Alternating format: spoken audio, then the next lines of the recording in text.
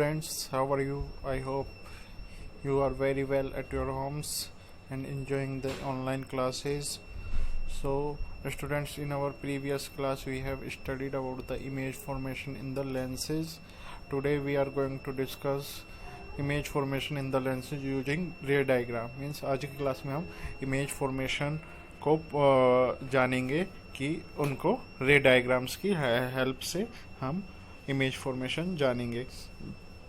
तो स्टार्ट करते हैं आज की class. We can represent image formation by lenses using ray diagrams. Ray diagrams will also help us to study the nature, position and relative size of image form by lenses. Means क्या कि रे diagram से हम आसानी से image की क्या nature है, वो वर्चुअल है या रियल है, पोजीशन कहाँ पर है, रिलेटिव साइज, उसका साइज क्या ऑब्जेक्ट से बड़ा है या छोटा है, ये सब हम आसानी से देख सकते हैं रे डायग्राम की हेल्प से. For drawing ray diagrams in lenses और like of spherical mirrors we consider any two of following rays. जैसा कि हमने मिरर्स के टाइम किया था कि वहाँ पे जब हमने इमेज फॉर्मेशन किया था मिरर्स में, तो हमने टू रेज ली थी. उसी तरह हम यहाँ पे भी लेंस में भी एटलीस्ट 2 रेज से रे डायग्राम कंस्ट्रक्ट करेंगे. सो फर्स्ट पोजीशन लेते हैं हम for the both lenses, convex and concave lenses. A ray of light from the object parallel to the principal axis after refraction from a concave lens passes through the principal focus on the other side of lens as shown in figure 10.13a. In case of a concave lens, the ray appears to diverge from the principal focus located. In case of a concave lens, the ray appears to diverge from the principal focus located on the same side of the lens as shown in figure 10.13b.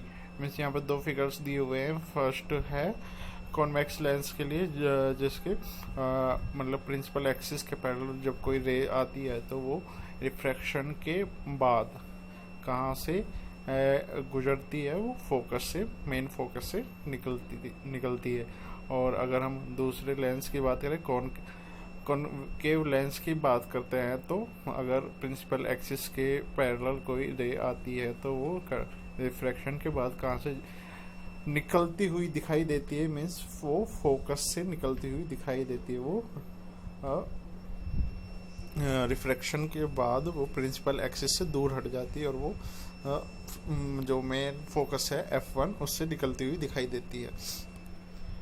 Second position लेते हैं हम. Second position, a ray of light passing through a principal focus after refraction from a convex lens will emerge parallel to the principal axis. This is shown figure 10.14a. मतलब जैसा कि 10.1 figure A में जैसा दिखाया हुआ है कि जब कोई लाइट की रे प्रिंसिपल फोकस से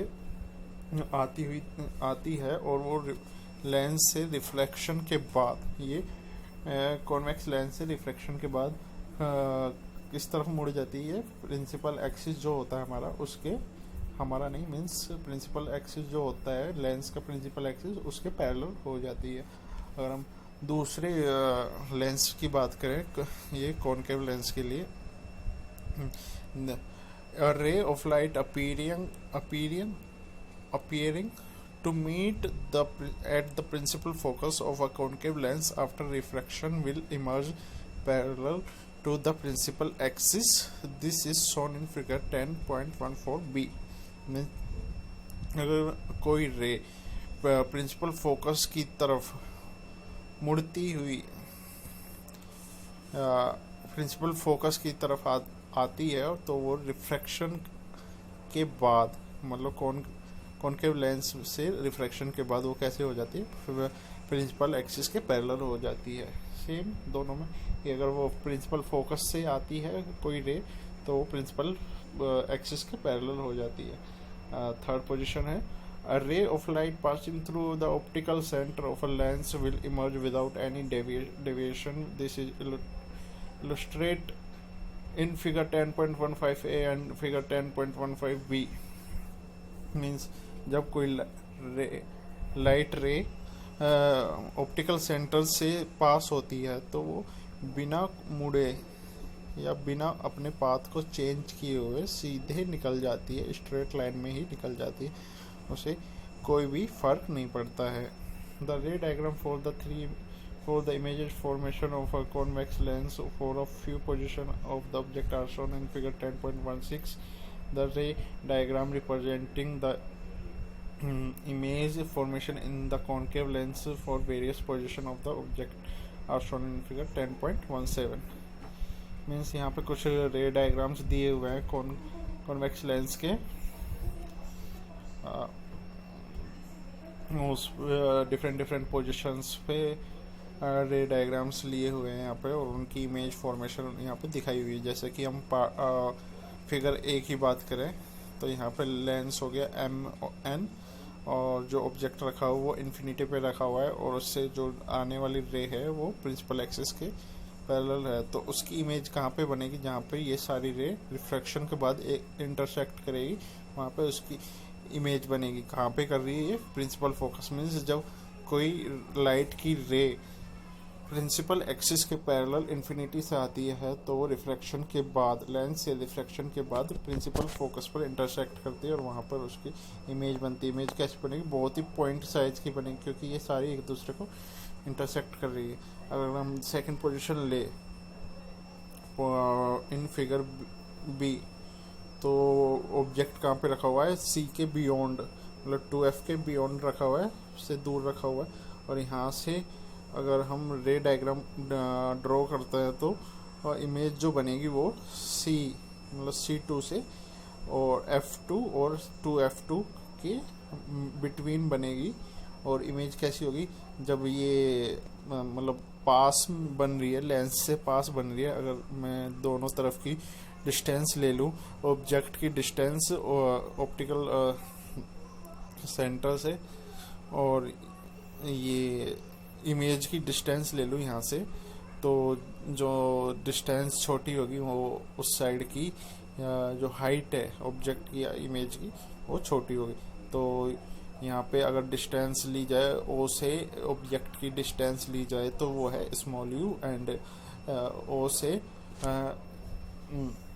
इमेज की डिस्टेंस ली जाए वो है v। तो यहाँ पे v is less than small u, तो v की जो वैल्यू होगी वो u से कम है, तो इमेज की हाइट की वैल्यू जो होगी वो ऑब्जेक्ट की हाइट से कम होगी। ये साफ दिखाई दे रहा है इस डायग्राम में भी।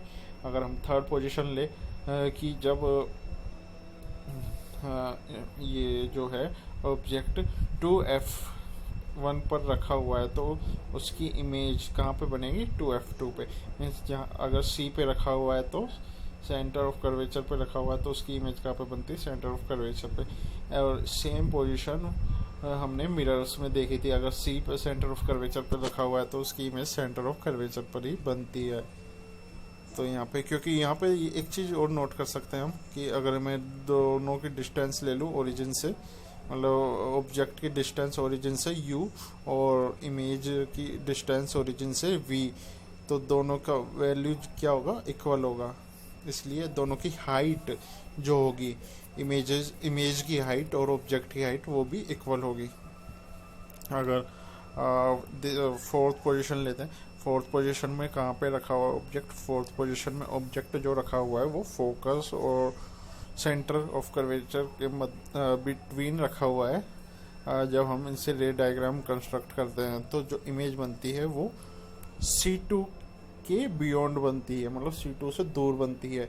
अगर यहाँ पे हम एक चीज़ देखें या एक चीज़ नोट कर सकते हैं कि जो स्मॉल यू की वैल्यू स्मॉल v से छोटी होगी। स्मॉल यू क्या होता है, स्मॉल यू होता है कि ओरिजिन से ऑब्जेक्ट की डिस्टेंस, और स्मॉल v क्या होता है, स्मॉल v होता है ओरिजिन से इमेज की डिस्टेंस। तो इमेज की डिस्टेंस बड़ी है यहाँ पे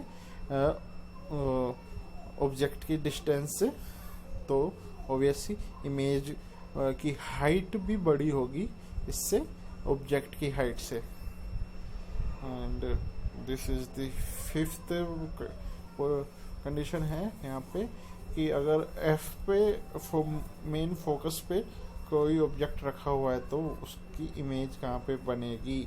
अगर मेन फोकस पे कोई ऑब्जेक्ट रखा हुआ है तो जब हम उससे रे डायग्राम बनाते हैं तो वो रेज डायग्राम में रिफ्रैक्शन के बाद रे एक दूसरे के पैरेलल हो जाती है और वो इन्फिनिटी तक एक दूसरे को इंटरसेक्ट नहीं करती, या हम ऐसा बोल सकते हैं कि वो एक दूसरे को इन्फिनिटी पर इंटरसेक्ट करेगी और उसकी जो इमेज बनेगी वो इन्फिनिटी पे बनेगी।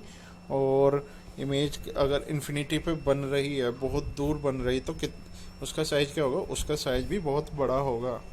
अगर हम 6th पोजीशन की बात करें तो 6th पोजीशन में कहाँ पे रखा हुआ है ऑब्जेक्ट, 6th पोजीशन में ओरिजिन और मेन फोकस के बिटवीन रखा हुआ है ऑब्जेक्ट। अगर हम इसे रे डायग्राम कंस्ट्रक्ट करें तो इमेज जो बन रही है वो उस सेम साइड बन रही है, क्योंकि आगे तो कहीं पे ये जो रे है रिफ्रैक्शन के बाद एक दूसरे को इंटरसेक्ट ही नहीं करेगा। अगर हम पीछे की तरफ डॉट डॉट करके बढ़ाते हैं तो ये पीछे की तरफ इंटरसेक्ट कर रही है, तो पीछे की तरफ कहाँ पे बनेगी, सी के बियॉन्ड बनेगी। और ये इसकी हाइट हम देख सकते हैं, हाइट जो होगी इमेज की ऑब्जेक्ट की हाइट से काफ़ी बड़ी होगी। और ये ये कैसी होगी, सीधी होगी, इससे बड़ी होगी और वर्चुअल होगी।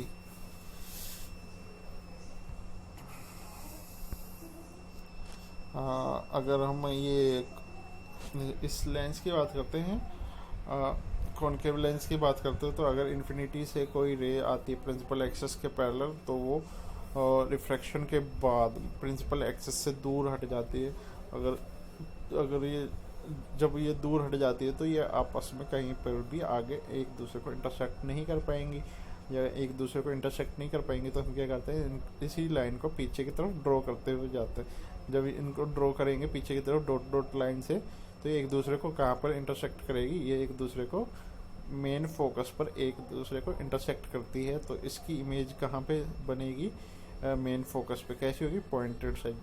जब भी इमेज मेन फोकस पे बनती है तो उसका साइज क्या होता है, पॉइंट साइज होता है, मतलब बहुत ही छोटी रहती है। और जैसे ही कि हम इन्फिनिटी से ओरिजिन की तरफ बढ़ते हैं तो उसकी इमेज, अगर हम सेकंड पोजीशन जो दी हुई है वो सी मतलब 2F1 और F1 के बिटवीन में ऑब्जेक्ट को रखा हुआ है और उसकी इमेज पूछी हुई है कि उसकी इमेज कहाँ पे। अगर हम रे डायग्राम इससे कंस्ट्रक्ट करते हैं तो इसका रे डायग्राम इस तरह से बनता है कि ओरिजिन से निकलने वाली रे तो वो सीधे निकल जाती है, वो मुड़ती ही नहीं है। और जो सेकंड रे लेते हैं हम, जो कि प्रिंसिपल एक्सिस के पैरेलल होती है, वो प्रिंसिपल फोकस पर मिलती हुई दिखाई देती है। तो हम दोनों को जब ड्रॉ करते हैं तो उसकी इमेज कहाँ पे बनेगी, फोकस और ओरिजिन के बिटवीन ही बनेगी। कैसी होगी, हाइट में कम होगी ऑब्जेक्ट की हाइट से और सीधी होगी। अब इसके बाद जो टॉपिक आता है वो होता है sign convention for spherical lenses. इससे पहले हमने पढ़ा था sign convention for spherical mirrors के लिए साइन कन्वेंशन पढ़ा था। अब हम पढ़ेंगे स्फेरिकल लेंसेज। अब हम लेंसेज के लिए पढ़ेंगे। जैसा कि वहाँ पे भी हमने एक्स एक्सिस और वाई एक्सिस और ओरिजिन ले लिए थे, यहाँ पे भी सेम उसी तरह से हम साइन कन्वेंशन पढ़ेंगे। For lenses we follow sign convention similarly to the one used for spherical mirror. जैसा कि हमने स्फेरिकल मिरर्स में यूज किया था वैसे ही यहाँ पे साइन कन्वेंशन यूज करेंगे। We apply the rules for sign of distance except that all measurements are taken from the optical center of the lenses। ये क्या कह रहा है कि हम जो भी साइन का रूल लेंगे, उस डिस्टेंस लेंगे, सभी जो मेजर किए जाएंगे वो कहाँ से, उनकी डिस्टेंस कहाँ से मेजर की जाएगी, उनकी डिस्टेंस ऑप्टिकल सेंटर से मेजर की जाएगी। According to the convention the focal length of a convex lens is positive and that of a concave lens is negative। Means जो कॉन्केव लेंस है उसकी जो फोकस होगी वो नेगेटिव होगी, क्योंकि अगर साइन कन्वेंशन से देखते हैं तो हम, और जो कॉन्वेक्स लेंस है उसकी पॉजिटिव होती है। You must take care to apply appropriate sign for the values of UV, F, object height H and image height H dash. अब हम पढ़ सकते हैं लेंस फार्मूला एंड मैग्निफिकेशन। वहाँ मैंने पढ़ा था कि मिरर फार्मूला और मैग्निफिकेशन, यहाँ पे हम पढ़ेंगे lens formula and magnification. As we have formula for spherical mirrors, we also have formula for spherical lenses। जैसा कि हमने spherical mirrors के वहाँ टाइम पढ़ा था फॉर्मूला, वैसे ही हम spherical lenses के लिए फॉर्मूला पढ़ेंगे कि लेंसेज को कंस्ट्रक्ट करने के लिए उसका फॉर्मूला क्या होता है। The formula gives the relationship between object distance, image distance and focal length। जो फॉर्मूला है वो हमें क्या क्या बताता है, वो हमें बताता है ऑब्जेक्ट डिस्टेंस कहाँ से, ऑप्टिकल सेंटर से, उसको हम किससे डिनोट करते हैं, स्मॉल यू से। एंड इमेज डिस्टेंस वो कहाँ से, वो भी ओरिजिन से, और उसको हम किससे डिनोट करते हैं, स्मॉल वी से। And the focal length small F, वो भी कहाँ से मेजर की जाएगी, वो भी ओरिजिन से की जाएगी। The lens formula is expressed as 1/v - 1/u = 1/f। यहाँ पे जो फॉर्मूला है लेंस का वो क्या है, 1/v - 1/u = 1/f। v क्या है यहाँ पे, v है इमेज की डिस्टेंस ओरिजिन से, u है ऑब्जेक्ट की डिस्टेंस ओरिजिन से, एंड f है फोकस लेंथ। सो यहाँ पे माइनस साइन आता है, और मिरर्स के फॉर्मूले में क्या आता है, वहाँ पे प्लस साइन आता है। वहाँ पे क्या फॉर्मूला होता है, 1/v + 1/u = 1/f। और लेंस के टाइम में क्या होता है, 1/v - 1/u। मतलब जो इमेज की डिस्टेंस का रिवर्स है उसमें से ऑब्जेक्ट की डिस्टेंस का रिवर्स माइनस होता है यहाँ पे, और वहाँ पे क्या होता था, ऐड होता था। The lens formula given above is general and is valid for all situation for any spherical lenses. ये जो फॉर्मूला है ये कॉमन है, और ये सारी सिचुएशंस में स्फेरिकल लेंसेज के लिए वैलिड है। Take proper care of signs of different quantities while putting numerical values for solving problem relating to lenses। Means ये क्या कह रहा है कि जब भी हम इससे रिलेटेड न्यूमेरिकल्स को सॉल्व करेंगे तो हमें साइंस जो साइन होता है उनका, उन जो भी डिस्टेंस हम मेजर करते हैं उनको साइन के साथ इसमें पुट करेंगे, तभी वो सॉल्व हो पाएगा, वरना हमारा क्वेश्चन जो होगा वो रॉन्ग हो जाएगा। इसके बाद जो आता है वो होता है magnification. The magnification produced by a lens similar to that for a spherical mirrors is defined as the ratio of the height of the image and the height of the object। जैसा कि हमने mirrors के time में पढ़ा था कि magnification का formula वहाँ पे पढ़ा था, सेम वैसा ही फॉर्मूला यहाँ पे मिरर्स स्फेरिकल लेंसेज के लिए भी होता है। इसमें भी जो फॉर्मूला होता है उसमें किसका रेशियो निकालते हैं हम, उसमें इमेज की हाइट डिवाइडेड बाय ऑब्जेक्ट की हाइट का रेशियो निकाला जाता है। It is represented by the letter m, और इसको किससे डिनोट करते हैं, मैग्निफिकेशन को स्मॉल m से डिनोट करते हैं। If small h is the height of the object and h' is the height of the image given by a lens, then the magnification produced by the lens is given by। ये कह रहा है कि अगर small h object की height है और small h dash height है इमेज की, जो कि एक लेंस के द्वारा क्रिएट होती है इमेज, उसकी हाइट स्मॉल h डैश है, तो हम मैग्निफिकेशन का फॉर्मूला क्या लिख सकते हैं, small m = height of the image divided by height of the object = h'/h। Magnification produced by a lens is also related to the object distance u and the image distance v। This relationship is given by below। जो magnification होता है lens के द्वारा वो किस पर भी depend करता है, वो डिपेंड करता है ऑब्जेक्ट डिस्टेंस और इमेज डिस्टेंस। ऑब्जेक्ट डिस्टेंस को स्मॉल यू से डिनोट करते हैं और इमेज डिस्टेंस को स्मॉल वी से डिनोट करते हैं। और ये कहाँ से मेजर की जाती है डिस्टेंस, ये डिस्टेंस जो मेजर की जाती है ये स्मॉल मतलब सेंटर से उसकी ऑप्टिकल जो सेंटर होता है लेंस का, उससे ये डिस्टेंस मेजर की जाती है। और ये जो रिलेशनशिप होगी, अगर हम डिस्टेंस के अकॉर्डिंग मैग्निफिकेशन का फॉर्मूला पढ़ें तो जो इनका रिलेशनशिप होगा डिस्टेंस का मैग्निफिकेशन के फॉर्मूले में वो क्या होगा, magnification small m is equal to H dash upon H. H dash क्या है, height of the image, and H क्या है, height of the object, is equal to V upon U. V क्या है, distance, image distance from the optical centre, and the small U क्या है, object distance from the optical centre. Means अगर हम mirrors में देखते हैं, अगर हम मिरर्स की बात करें तो वहाँ पे जो मैग्निफिकेशन का फॉर्मूला होता था वो क्या होता था, magnification M small M is equal to minus of V upon U. और यहाँ पे क्या होता है, magnification is equal to minus of sorry plus of V upon U. Lens के यहाँ लेंस की अगर हम बात करते हैं तो लेंस के टाइम में होता है मैग्निफिकेशन का formula plus V upon U, और मिरर्स की बात करें तो मिरर्स में होता है minus V upon U. So this is the difference. इसके बाद आते हैं कुछ एग्जांपल्स. इन एग्जांपल्स को हम नेक्स्ट क्लास में सॉल्व करेंगे. तब तक के लिए इतना काफ़ी है. सो आई होप कि यहाँ तक सब समझ में आया होगा. So thank you, thanks for watching, thank you very much. I hope